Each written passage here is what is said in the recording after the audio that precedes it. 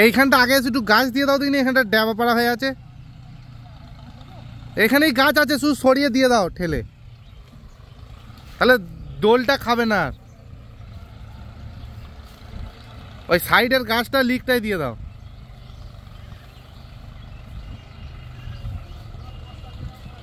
তোমরা ওই স্বরাজ গাড়িটায় চাবি দিয়ে আছে, ওই রোড সাইডটা করে দিয়ে আসো, হয়ে গেছে, আমি দেখে এলাম।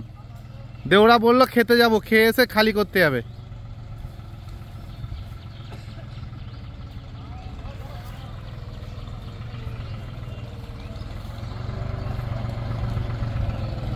তুমি ছবিতে চলে এলে, ইউটিউবে দেখা যাবে তোমায়, দেখা যাবে, অসুবিধা নেই।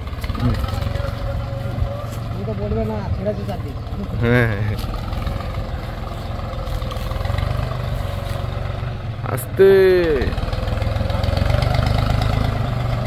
এই দিকটা কত বসছে গো।